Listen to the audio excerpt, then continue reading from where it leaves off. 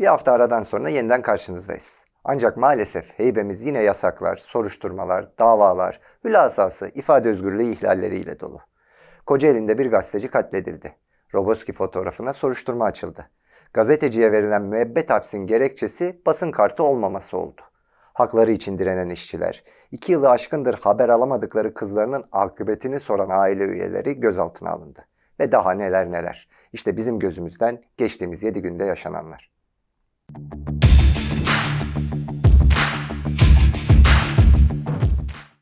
The US-based think tank Freedom House has released its Freedom in the World 2022 Index. The report, titled "The Global Expansion of Authoritarian Rule," reveals that freedoms have been decreasing globally for 16 consecutive years. According to the report, in which 195 countries were evaluated, the number of not-free countries doubled, compared to 2020, reaching 56. Nearly 38% of the world's population lives in not-free countries, the highest rate since 1997. Turkey, which is listed in the category of not-free countries in the report this year, is the least free country in Europe and has regressed by 31 points in the last 10 years. Turkey is the third country with the highest amount of decline after Mali and the Central Republic of Africa.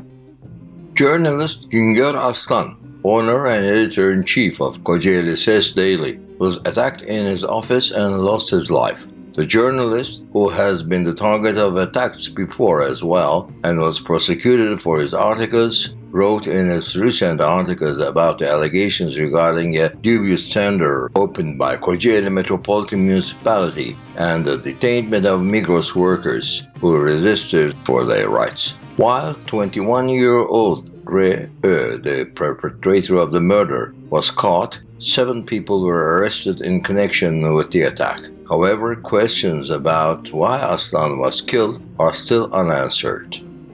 6 of those detained in the press statement made on February 3, 2021 in Izmir in support of the trustee rector protests at Boğaziçi University were charged with violating the law on meetings and demonstrations number 2911, insulting and resisting to prevent duty in the lawsuit filed against them at the Izmir 49th Criminal Court of First Instance. There is another lawsuit against 3 of the names to be prosecuted on the charge of insulting the president for the same protest. In addition, one of the people who was sued was Erdoğan Akdoğdu, a member of the Contemporary Lawyers Association who followed the detainment procedures that day.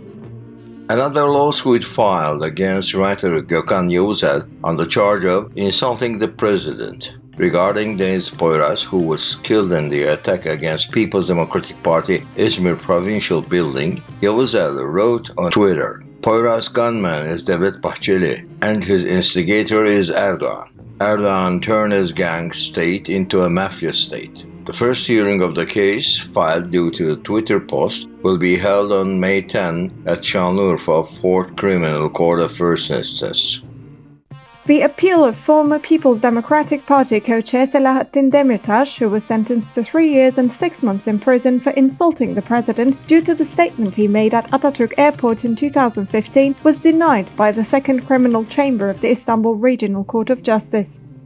An investigation has been launched against former People's Democratic Party Cizre co-chair Güler Tunç for social media posts. Tunç is accused of making propaganda for a terrorist organization because of the photographs she shared on social media on the anniversary of the Roboski massacre and another on the anniversary of the murder of 3 people by gunfire from an armored vehicle in Silopi in 2016.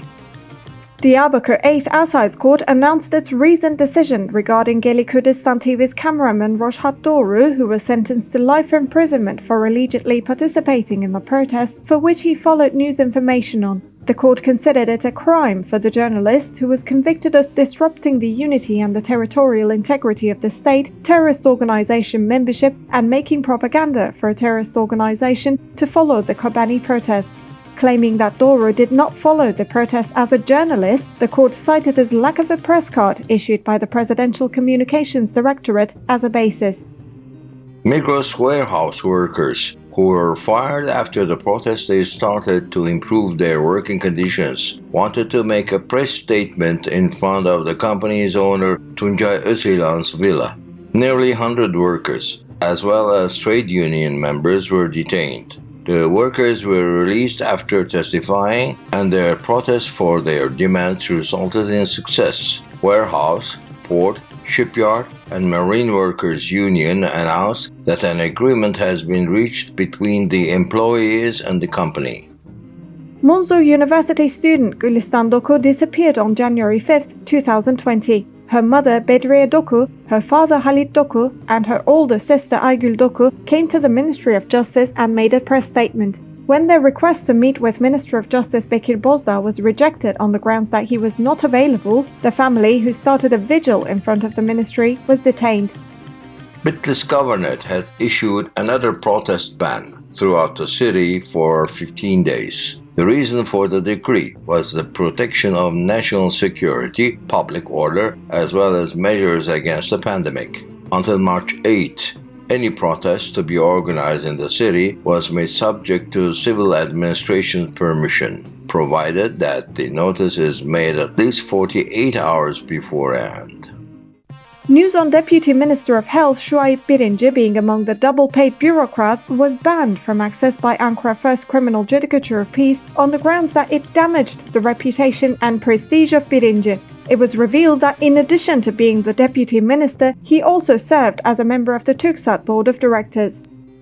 Ankara Second Criminal Judicature of Peace issued an access ban against the news about Metin Özkan, the former press advisor of Nationalist Movement Party chairman Devlet Bahçeli, who allegedly stole money from a woman's purse at the restaurant he went to.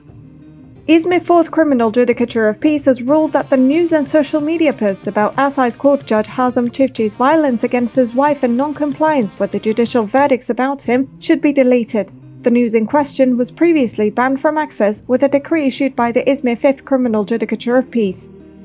Ankara 7th Criminal Judicature of Peace issued an access ban against the news about the statements of retired military judge Zeki Üçok regarding the allegations about the assistance of the Ministry of National Defense Hulusi Akar.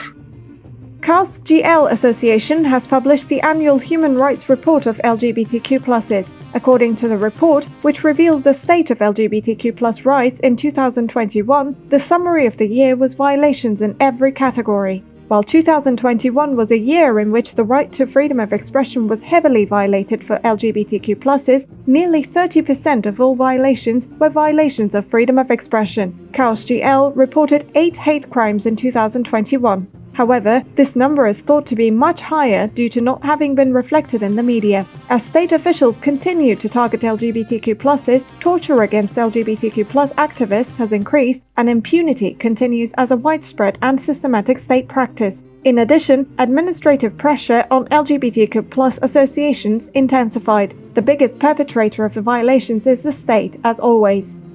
The Constitutional Court ruled that the right to meetings and demonstrations of union leader İlhan Yiğit, who was detained during a statement held by the Confederation of Public Employees Unions (KESK) on the collective bargaining agreement in 2015, was violated. The police who attacked the union members wanting to march to the Ministry of Labor and Social Security with a delegation to participate in the collective bargaining negotiations on the grounds that the protest was outside the areas determined by the government, detained 3 union members, including Yiğit. The Constitutional Court stated, interpretation of the law by organs exercising public power in such a way as to make the exercise of the right significantly difficult cannot justify the violation. Another investigation was launched against Emine Şanyashar on charges of insult, whose husband and 2 sons were murdered by the bodyguards and relatives of Justice and Development Party Parliament member Ibrahim Halil Yıldız in 2018, and who has been on a vigil in front of the Urfa courthouse for months for justice. The number of investigations opened against the grieving mother, who started the Justice Watch in front of the Urfa courthouse on March 9th and continued on the 354th day, has increased to 14. British musician and composer Roger Waters, the lead singer of the world-famous music group Pink Floyd, called on President Erdogan to release Nudem Durak, who has been imprisoned in Bayburt prison since 2015. No matter what you think about the Kurds' desire for recognition, it is unacceptable for a country like Turkey with a great historical art heritage to treat artists like this, Waters said. Durak was arrested on the grounds of the expressions in the Kurdish songs she sang and was sentenced to 19 years in prison for terrorist organization membership. Grup Yorum released a statement after group members Betül Varan and Sultan Gökçek, who were detained and arrested in the police raid against İdil Cultural Center, were sentenced to 10 years and 7 months of imprisonment each. Making art for the people in this country is a crime. Being in İdil Cultural Center is a crime. Everyone who does not support fascism is declared a terrorist in this country. We will continue to expose this injustice everywhere. We will carry our 37-year history forward, the group stated. The investigation opened by the Gaziantep Chief Public Prosecutor's Office against Ferhat Çelik, the editor-in-chief of Mesopotamia Agency, on the charge of making propaganda for terrorist organization, resulted in non-prosecution. The journalist, who was detained in Istanbul on January 4 as a part of the investigation and was released by the court 1 day later, was charged with 16 news stories published by the agency between August and September 2020. An investigation was launched against the arrested Democratic Society Congress co-chair Leyla Güven for the expression Kurdistan she used on a radio show in Bingöl on November 30, 2020, where she was a guest, and a decree of non-prosecution was issued in the file. Meryem Yıldırım and Birkin Polat, members of the High School Students Union, distributed leaflets to call people to participate in the High School Students Union Convention in Izmir. Because of this, the two union members were beaten and detained. The two young people were released the next day after testifying at the prosecutor's office. Gelelim haftanın adliye mesaisine. Birleştirilen Gezi davasıyla Çarşı davası 5 duruşma sonra yeniden ayrıldı. İade eş genel başkanı mahkemeye çıktı. Özgür Gazeteciler Cemiyeti üyeliği suç delili oldu. Ve daha neler neler. Yani adliye koridorları yine önceki haftaları aratmadı.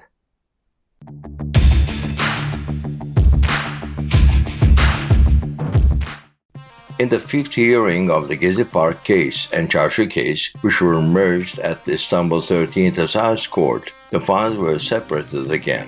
The court decided for Osman Kavala, who has been in prison for more than 4.5 years, to remain under arrest and adjourned the case to March 21. The trial of rights advocate Öztürk Türkdoğan, who was charged with terrorist organization membership due to the statements he made as the co-chair of the Human Rights Association, started at the Ankara 19th Assize Court. The court adjourned the hearing to April 19th, deciding to continue the travel ban on Türkdoğan. Türkdoğan is on trial in 3 separate cases due to his association activities and rights advocacy. The trial of academic Hifzullah Kutum, who was charged with making propaganda for a terrorist organization on the grounds of his social media posts, began at Elazığ Second Assize Court. Within the scope of the lawsuit, an administrative investigation was launched and the academic was dismissed in November. His posts containing the words Kurd and Kurdistan were shown as evidence of crime. Then the targeted academic was arrested on November 6 and was released 4 days later after the indictment prepared against him was accepted. The prosecutor, who presented his opinion at the first hearing, demanded that the academic be penalized. The next hearing was scheduled for March 3. Journalist Duket Süren, who was prosecuted on the grounds of his phone calls with news resources, his social media posts and his membership in the previously shut down Free Journalists Association, was sentenced to 1 year, 6 months and 22 days in prison for making propaganda for a terrorist organization. The Diyarbakır 11th Assize Court, which deferred the sentence, acquitted the journalist on the charge of aiding a terrorist organization. 11 lawyers who were on trial at the Diyarbakır 13th Assize Court due to the statements made by Diyarbakır Bar Association in 2017 and 2018 were acquitted. The lawyers were accused of insulting the state and the public incitement to resentment and hostility. 6 lawyers who faced lawsuits for singing Kurdish anthems and chanting slogans in Kurdish were acquitted in the lawsuit filed against them due to the press statement they held in Taksim, Istanbul on September 15, 2015 to end the conflicts that started again in Kurdish provinces after the resolution process was over. Within the scope of the case at the Istanbul 36 Assize Court, the lawyers were charged with making propaganda for a terrorist organization and violating the law on meetings and demonstrations. The trial of 52 students who were detained in the protest organized by Boğaziçi students against the trustee rector on February 1, 2021, continued at the Istanbul 49th Criminal Court of First Instance. The next hearing of the case, which was filed on the charge of violating the law on meetings and demonstrations, will be held on July 4th. The second hearing of the lawsuit filed against 3 human rights activists who were detained in the press statement organized on February 3, 2021 in Izmir in support of the trustee-rector protests at Boğaziçi University on charges of insulting the president has been adjourned to a later date without being held at the Izmir 41st Criminal Court of First Instance. 41 people, including trade union and political party leaders, who were detained in the press release held in Istanbul last year to call for May 1st, stood trial at the Istanbul Anatolian 53rd Criminal Court of First Instance. The next hearing of the case, which was filed on the charge of violating the law on meetings and demonstrations, will be held on June 27. The latest hearing of the lawsuit filed against Bloomberg reporters Kerim Karakaya and Fercan Yalınkılıç, who covered news on the devaluation of the Turkish lira, as well as 38 others who shared the news on social media, including journalists and economists, was held at Istanbul 3rd Criminal Court of First Instance on the charge of economic coup attempt and damaging the Turkish economy. The court decided to separate the files of the 5 defendants for whom an arrest warrant was issued and sent the file to the prosecutor's office for an opinion on the merits. The next hearing was scheduled for April 27th. The lawsuit filed against writer Gökhan Yavuzel continued at Şanlıurfa 4th Court of First Instance on the charge of insulting the president on the grounds that he used the phrase "you will fall" for the government in a statement about the death threats he received on social media. Deciding to wait for the execution of the arrest warrant against the writer who resides abroad, the court adjourned the hearing to September 27. Sabahat Tuncel, the imprisoned former co-chair of the Democratic Regions Party, who was sentenced to 11 months and 20 days in prison for insulting the president for saying Erdogan is an enemy of women and Kurds in the protest against trustee operations on People's Democratic Party municipalities in 2016. The case, in which she was tried again at the Diyarbakır 10th Criminal Court of First Instance after the reversal decree of the Court of Appeals, resulted in acquittal. The trial of Yetkin Yıldız, the editor-in-chief of the previously shut down website Aktif Haber, continued at Bakırköy 31st Criminal Court of First Instance on charges of insult and slander against former Minister of Interior Efkan Ala due to the news he reported about the Suruç massacre. The court adjourned the trial to June 28, deciding to wait for the conclusion of the other trial in which Yıldız, along with 6 journalists, was charged with aiding a terrorist organization, insulting the president, and insulting the state. The lawsuit filed against 46 journalists and media workers on the charge of terrorist organization membership within the scope of the file publicly known as the KCK press case ongoing since 2012 continued at the Istanbul 3rd Assize Court. The next hearing was scheduled for June 9th. The trial of Religious Scholars Aid and Solidarity Association, the AIDER, members and executives who were accused of terrorist organization membership and aiding a terrorist organization due to the activities of the association, the press statements, and the protests they participated in, started at the Istanbul 14th Assize Court. Deciding to release 3 of the 9 detained defendants, the court board adjourned the hearing to March 18th. The 22nd hearing of the lawsuit filed against the executives of the previously shut down Özgür Gündem Daily, Reyhan Çapan and Hüseyin Akyol, as well as writers Hasan Başak and Kemal Yakut, was held at Istanbul 13th Assize Court on charges of making propaganda for a terrorist organization, praising the crime and the criminal, and openly inciting to commit a crime. The journalists were charged due to the news about self-administration published in the newspaper in March 2016. Their lawyers were absent from the hearing with excuses, and the hearing was therefore adjourned. The 5th hearing of the lawsuit filed against Fatma Gültekin, the founding member of the Rosa Women's Association, on charges of terrorist organization membership, was held at the Diyarbakır 10th Assize Court. In their opinion on the merits, the prosecutor's office demanded that Gültekin be sentenced for up to 15 years in prison. The hearing was adjourned to May 13. Journalist Uğur Dündar, who was convicted of insulting then Transport Minister Binali Yıldırım for a column in 2014, stood trial once again after the Supreme Court's decision to overturn his conviction. In the case heard at the Istanbul Küçükçekmece Second Criminal Court of First Instance, the prosecutor's office claimed that Dündar damaged Yıldırım's honor and dignity and insulted him because of his duty with the article, "Thank God his surname is Binali. It could have been Million Ali as well." The prosecutor's office further claimed that Dündar be sentenced to 2 years and 4 months in prison.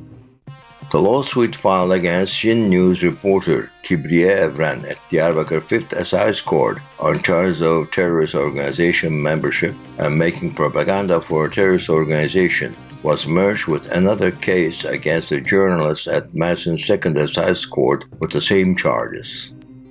In the lawsuit filed against Vice News reporters who were in Turkey to shoot a documentary film on what happened in districts like Cizre, Silopi, Nusaybin and Sur after curfews were declared in the regions, on charges of violating the law on the prevention of the financing of terrorism, membership in an armed terrorist organization through willfully aiding the organization, and making terrorist organization propaganda, the Diyarbakır 8th Assize Court adjourned the hearing to March 26, deciding to wait for a response to the letter written to England in order for their statements to be taken by rogatory.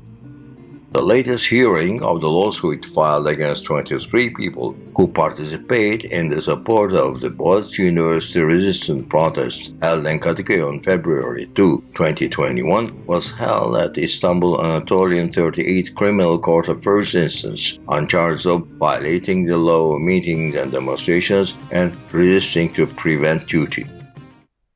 Bu haftayı savaş tamtamlarının, bombaların ve silahların daha da yükselen gürültüsüyle kapatıyoruz. İnsanlık bir kez daha acı, kan ve gözyaşıyla karşı karşıya. Ama unutulmasın, en büyük insan hakları ihlallerinin yaşanmasına neden olan savaşı hiçbir şey haklı kılamaz. O yüzden bir kez daha tekrarlıyoruz. Ülkede, bölgede, dünyada savaşa hayır.